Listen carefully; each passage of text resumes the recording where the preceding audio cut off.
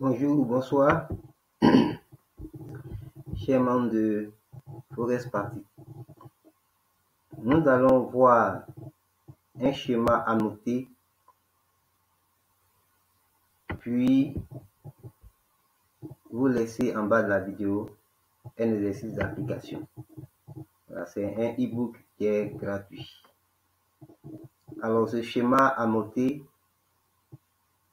est simple, puisque quand le schéma est statique, le commentaire est simple. L'interprétation est facile.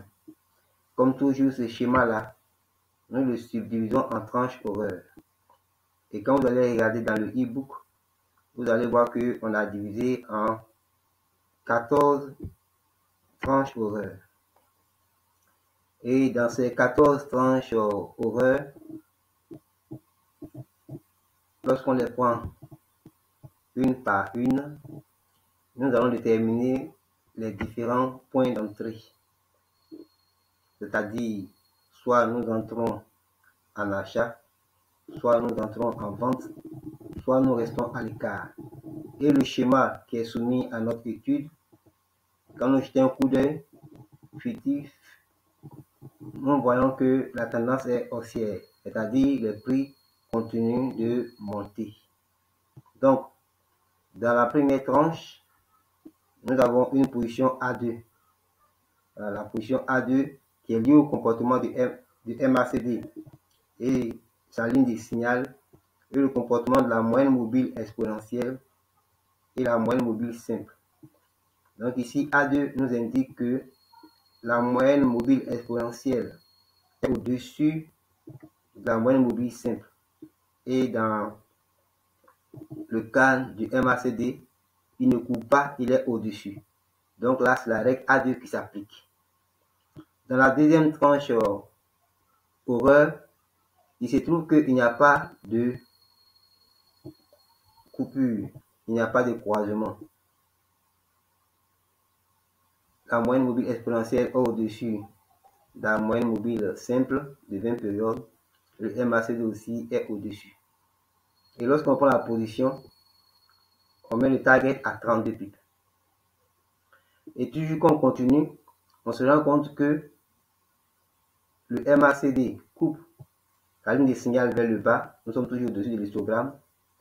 Et la moyenne mobile exponentielle est en dessous de la moyenne mobile simple. Donc, normalement, on doit appliquer la règle A4. Mais c'est un faux signal. Pourquoi? Parce que la courbe des prix est en consolidation. Ça veut dire que la variation du prix le plus élevé du plus bas sont à peu près les mêmes sur une certaine période. Voilà, c'est comme si le marché est en train de réfléchir, il cherche ses repères pour voir comment il va se comporter, s'il va continuer vers le haut ou bien vers le bas. Voilà. Donc, en ce moment-là, on reste à l'écart. Donc, vous verrez que sur le schéma, on a mis E. Par la suite encore, la tranche qui suit, c'est A1. A1 qui veut dire simplement que il y a un croisement conjoint entre le MACD qui coupe sa ligne de signal vers le haut et la moyenne mobile exponentielle qui coupe aussi la moyenne mobile simple vers le haut.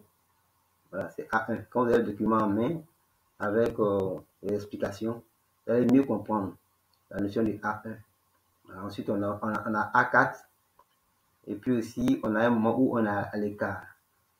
Ensuite, on aura V2. V2 qui dit on rentre en position sell, la position de vente. La moyenne mobile exponentielle est en dessous. Et puis le MACD aussi en dessous. Il montre qu'il descend.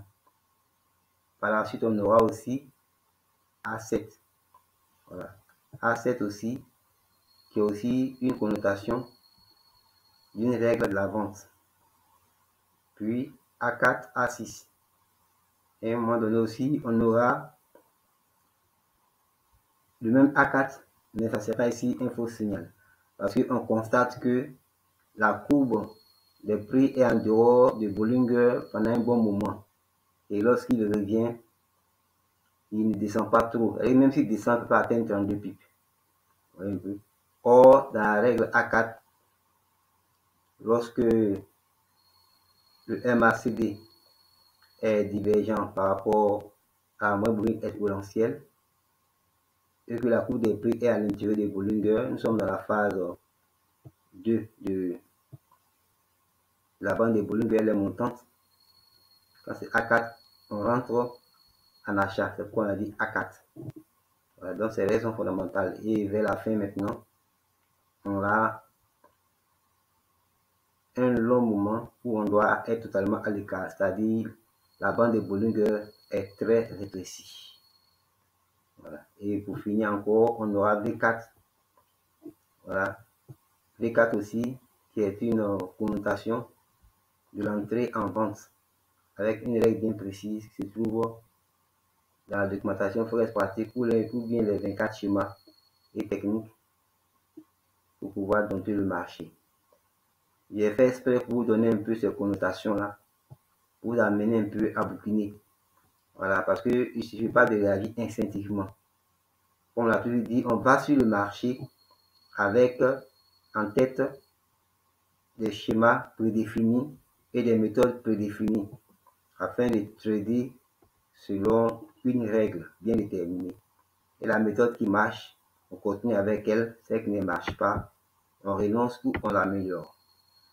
Et vous allez voir que dans l'e-book, on a essayé de placer chaque tranche horaire à part et avec l'ensemble du schéma annoté. Nous allons rentrer un peu en profondeur. D'abord, lorsque vous êtes en face d'un graphique de trading, il y a 3 questions que vous devez vous poser. D'abord, observez pour voir s'il y a un point d'entrée. Si oui, est-ce que ce point d'entrée-là peut nous permettre de faire un profit de moins 32 pips? Et si ce n'est pas le cas, on reste à l'écart. Donc, la procédure de réflexion est la suivante. D'abord, la fiche A, qui veut dire fiche d'entrée en achat, c'est quel numéro? On a 7 positions de base d'achat. Ensuite, on a 5 positions de base de vente et puis au moins 15 positions de base de rester à l'écart. Donc, qui est toujours lié soit à la consolidation ou bien au rétrécissement des bandes de Bollinger. Vous allez voir que dans l'e-book, on a résumé ces 7 positions de base sous forme d'un tableau avec même les explications.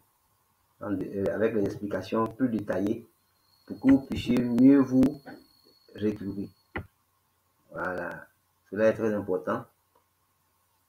Ce cours est donné en audio, voilà, dans le but de vous amener un peu à chercher. Voilà, cela est très important parce que c'est aussi important.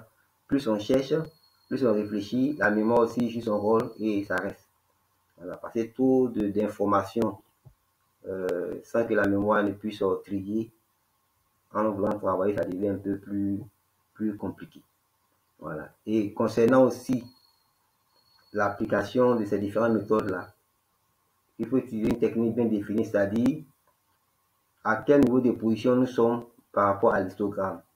Soit nous sommes au-dessus de l'histogramme, ou en dessous, ou au bord de l'histogramme.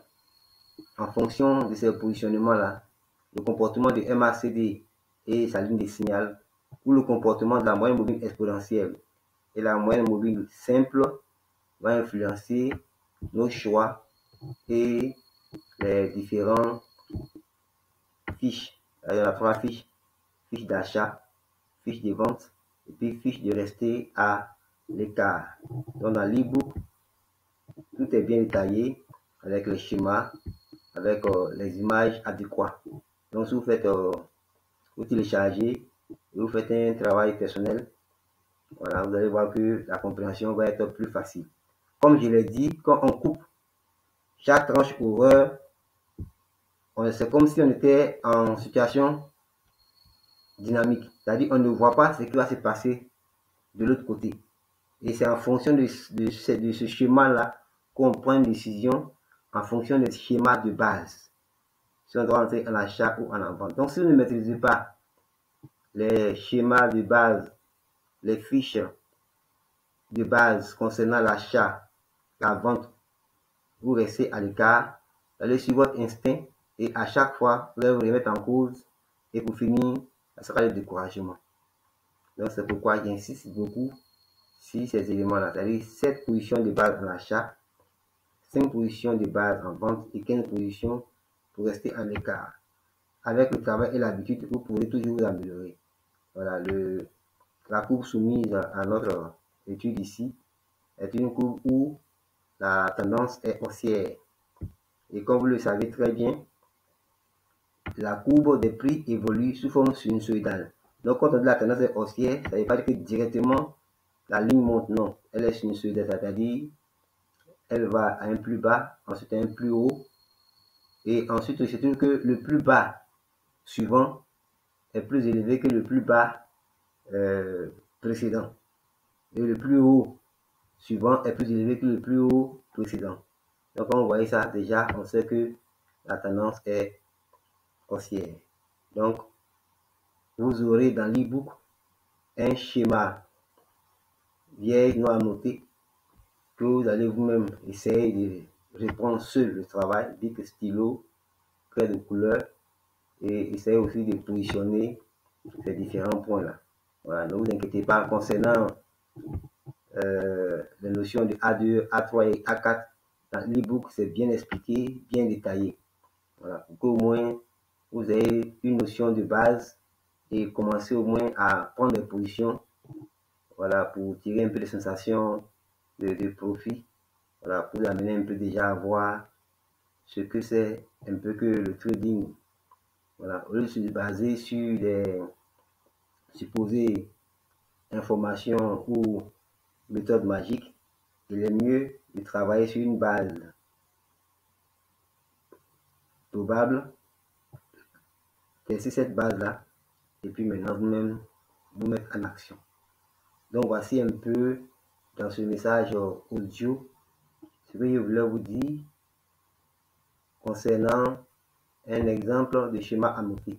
Donc téléchargez l'e-book, bouquinez, et puis bon, faites les exercices. Voilà. Donc je suis ouvert à toutes vos préoccupations. Je vous remercie.